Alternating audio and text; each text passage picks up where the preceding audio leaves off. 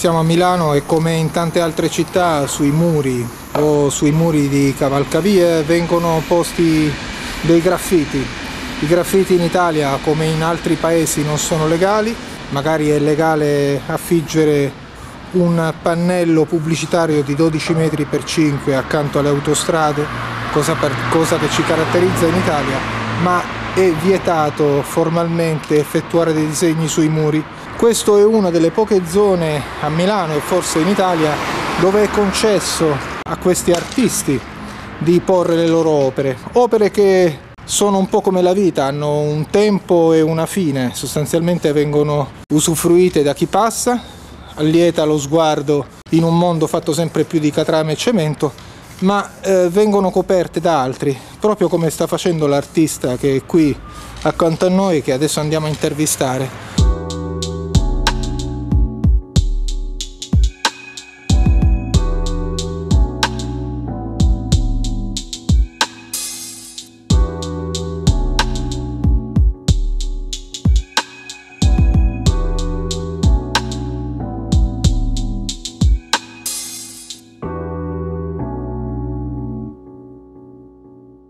Dans beaucoup de pays, ce que tu fais, c'est illégal.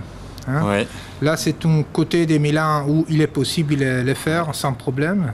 On ne les donne pas la caractéristique d'œuvre d'art, alors qu'en fait, selon beaucoup de gens, ils sont ça pose des questions, ça pose des questions intéressantes parce que on s'aperçoit que l'art qui a été accepté dans les sociétés est toujours passé par de la censure. Moi, je viens d'à côté de Paris et je trouve qu'on est dans une société où l'expression elle a du mal à bouger. Et le graphe est toujours revenu en avant quand c'était compliqué socialement. Dans l'Antiquité, ceux qui graffaient, c'était les esclaves. Parce que sous la Rome antique et sous la Grèce antique, ils n'avaient aucune existence citoyenne, ils étaient personne. C'était les seuls qui graffaient. Alors ils graffaient, ils taguaient. Contemporairement, nous on tag, c'est le one line, donc une seule ligne, c'est la signature, c'est je suis, j'existe, je suis donc j'existe. J'ai commencé le graphe à cause de ça. Moi j'étais dans la marine, chez les militaires, et le poids de beaucoup de hiérarchie, je l'ai choisi, hein, je me plains pas de ça, mais il y a un moment où ça m'a pété, où il y a ce besoin qui est pas de faire du mal aux gens, d'abîmer les gens, d'abîmer leur maison. C'est pas le fondement, c'est pas le vandalisme. C'est une action sociale pure, complètement pure à la base.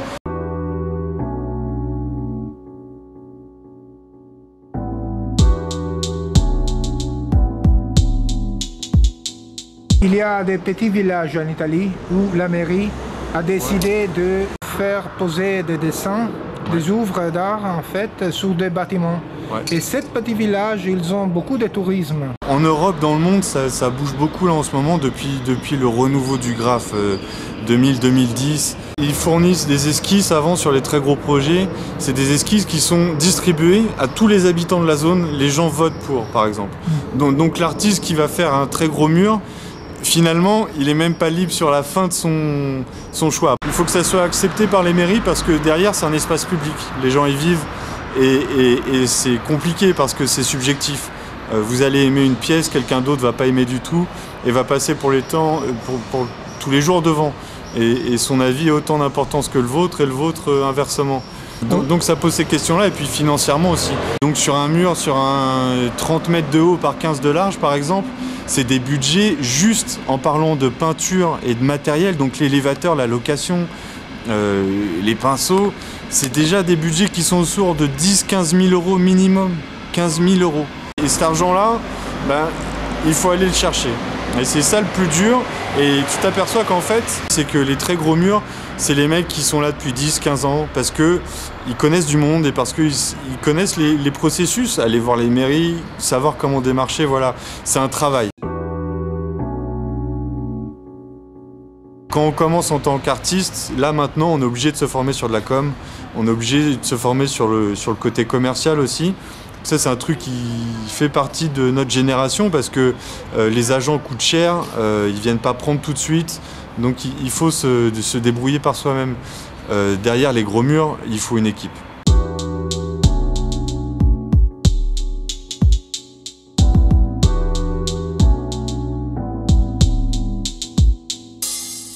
Rome, est-ce que tu as connu cet endroit de Milan? J'y suis jamais venu, bien sûr. Je viens de Malte, je vais dans le sud, j'ai besoin de chaleur un peu humaine. Et Milan, pour moi, c'était le milieu, le bon milieu. L'Italie avec la chaleur, l'anglais quand même, les Français aussi, parce que Milan, c'est une ville qui est ouverte, qui est internationale à fond. J'ai passé 3 heures à Rome, c'est compliqué de parler anglais. Et j'arrive juste, je commence juste à un tout petit peu parler italien. Donc voilà, c'est pour ça, moi j'aime les montagnes, il y a les montagnes juste à côté. En venant ici, tu commences à rencontrer des gens. Je me suis fait des super bons potes, des gens très bien. C'est le crew UPS. Et donc je les ai rencontrés là-bas et c'est pour ça que je viens tout le temps ici parce que voilà, c'est comme plein de choses dans la vie, c'est toujours mieux quand c'est partagé avec des gens bien.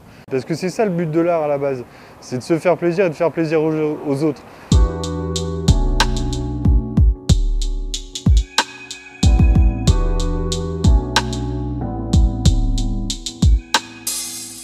Sur le côté artistique, Ouais. quand vas-tu commencer ton œuvre? Les bases. Tu veux construire une super tour, il y a 200 mètres de fondation.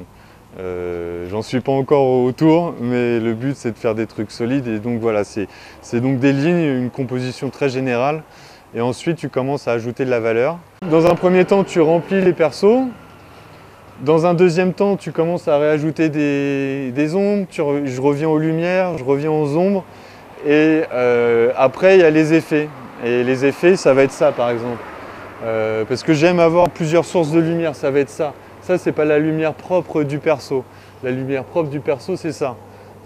Sauf que ça, c'est ma lumière d'ambiance, c'est ce qui guide le chemin. Et du coup, ça va se retrouver là, parce que ça, c'est mes lignes d'énergie qui les relient tous, vu que c'est censé... Tu vois, voilà, si on pouvait résumer, le début, c'est ça. Tu as une ligne, tu traces. Tu fais la composition, la ligne, tu la refais, c'est pas grave. Tu vois, j'avais 20 litres de gris. La composition, j'aurais pu passer une semaine à la refaire tous les jours. Mais c'est bien de prendre le temps quand même. Ce qui m'intéresse, moi, c'est la frontière entre abstrait et figuratif. J'ai besoin de sens parce que je grave dehors et parce que je veux parler aux gens, je veux communiquer. Et derrière, j'ai envie aussi de m'amuser et d'amuser les gens.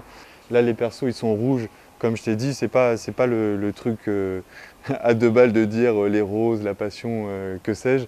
C'est parce que moi, je le sens comme ça, quoi, clairement. Et c'est pas un rouge rose, c'est le rouge terre. Chez Montana, c'est le rouge Mars. Et je suis tombé amoureux de ce rouge Mars. En bleu, ce qui m'a mené et ce qui me mène comme énormément d'artistes depuis que Klein existe, c'est son fameux bleu Klein. Ces délires-là, tu vois, moi c'est Soulage aussi qui m'impressionne. Donc c'est la lumière et certaines de ces couleurs-là.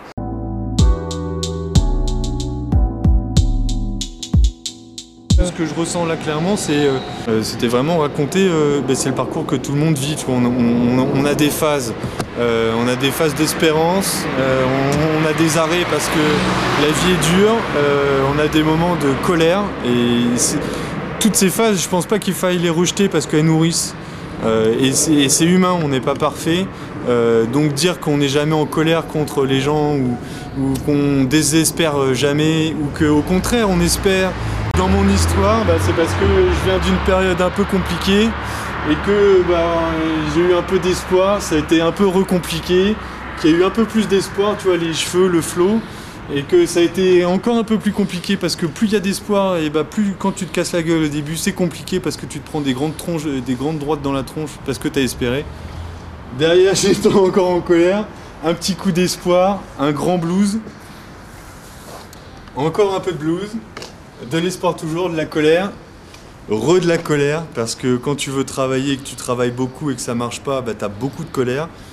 Et derrière un grand spin bleu, c'est moi en ce moment, bleu-vert parce que ça commence à arriver et que si je reste dans la rue à travailler tous les jours, ça va arriver. Et derrière parce que c'est pas fini et parce qu'en plus je voulais travailler avec 2 perspectives en fait. Là il y a une perspective et là il y en a une autre. Et du coup c'est parce que j'aime bien ces axes-là. Et derrière la vie continue et que je pense qu'il y aura de l'espoir, il y aura encore de la colère, il y aura du blues, il y aura de la colère, il y aura toujours de l'espoir. Donc voilà.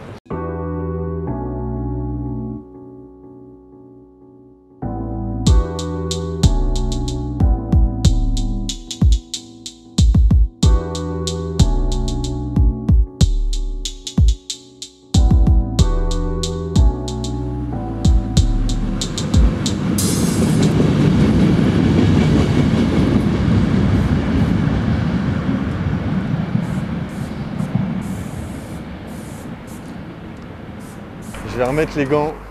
Aïe aïe aïe, les gants je viens juste de les acheter. Normalement je peins, j'ai un gros manteau, le bonnet, le truc, et depuis que là je les ai, c'est magique. Parce que c'est quand même très important, il faut être à son aise. Ça ne veut pas dire être dans la zone de confort, mais là tu vois il fait froid. Quand tu as froid, surtout en plus quand tu le fais à la bombe. Je ne suis pas physicien ni rien, mais du coup si tu veux, déjà l'aluminium c'est froid en soi, il fait froid. Et quand tu expulses le gaz, donc quand tu t'en sers, elle est encore un peu plus froide. Donc en hiver, quand il fait déjà froid dehors et que tu es avec tes canettes, les gants c'est ultra important. Mais voilà. C'était le petit encart, les gants. Et donc, on va partir là-dessus.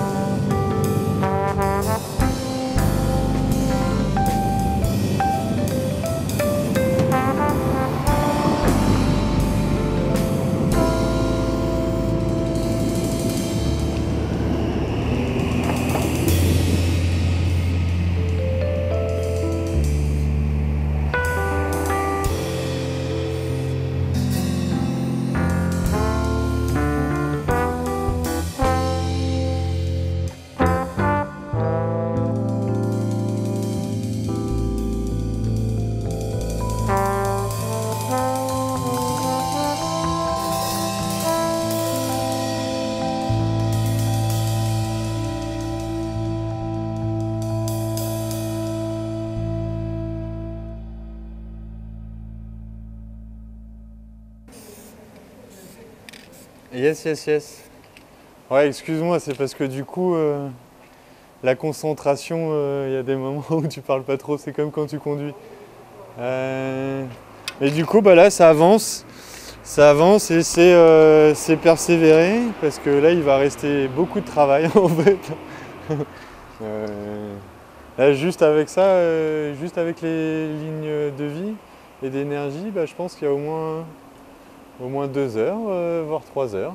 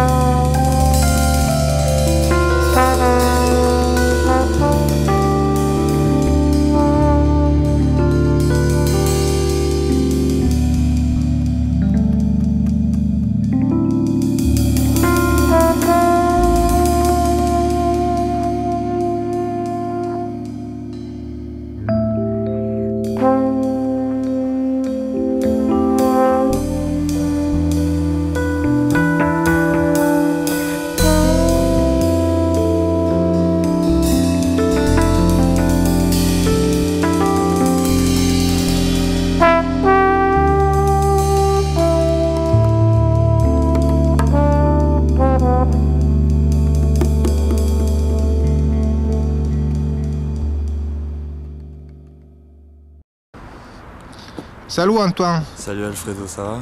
Oui, ça va bien. Ce matin, il fait froid un petit peu ici à Milan. Un peu, ouais. Mais aujourd'hui, où est-ce qu'on y va? On est à Graffiti Block Party. C'est une jam avec le crew BN, gros crew de Milan. Et c'est le dernier jour, c'est le finissage. Et même s'il fait froid, bah ils finissent.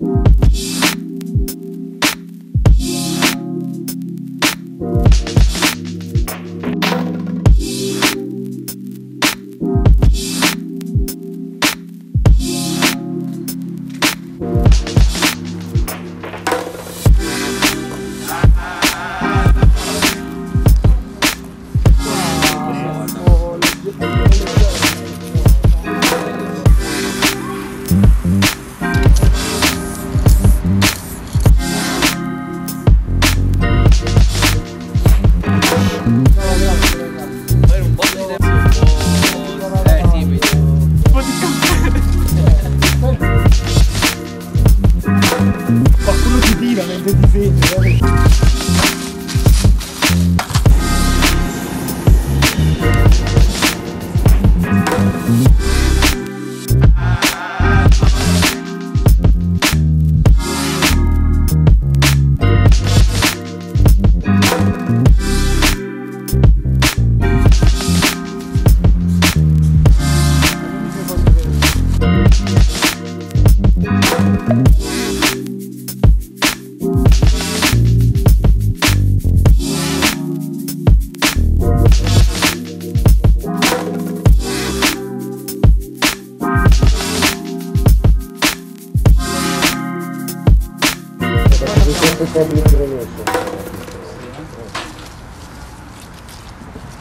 Finché fa arte, è bello, bellissimo, io ci vivo, vado avanti con sta roba.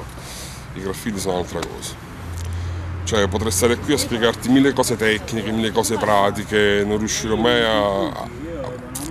a lanciarti il messaggio dei graffiti. Come, non so, sono regole non scritte. Diciamo, quello che vedi sul muro è l'atto pratico, ma c'è tutto il resto che non vedi e che non senti. E non so come spiegartelo, cioè è un po' come io ho sempre detto, io rispetto i graffiti rispettano me.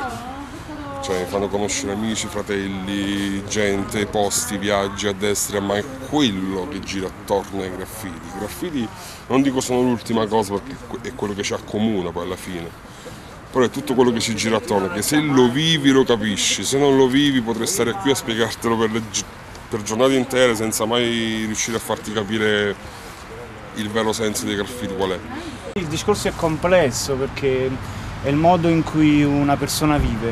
Si vive il territorio, vive i propri attimi di vita, c'è chi diciamo segue quello che sono le convenzioni della società, quindi le asseconda, e chi ha bisogno di esprimersi diversamente. Chi ha una sensibilità maggiore ovviamente riesce a capire qual è il motivo per cui diciamo, determinati ragazzi, persone in generale scendono per scrivere il proprio nome o per assecondare questo istinto creativo. Cioè tu scendi la mattina al freddo, al gelo, neve, sole, pioggia, ti prendi il muro, conquisti il muro, ti sei preso il muro in bianca, sotto al sole, fa caldo, sudi, inizi a tracciare, sbagli la traccia, ricominci, lo porti avanti, stai attento che becchi il tossico, becchi il poliziotto, becchi il figlio di puttana, becchi il pezzo di merda, becchi continui, finisce per fare cosa? Per scrivere il tuo nome sul muro. E c'è gente che mi ha guardato in faccia e tu sai che c'è di nuovo e tu me ne torno a casa. La capisci, capito?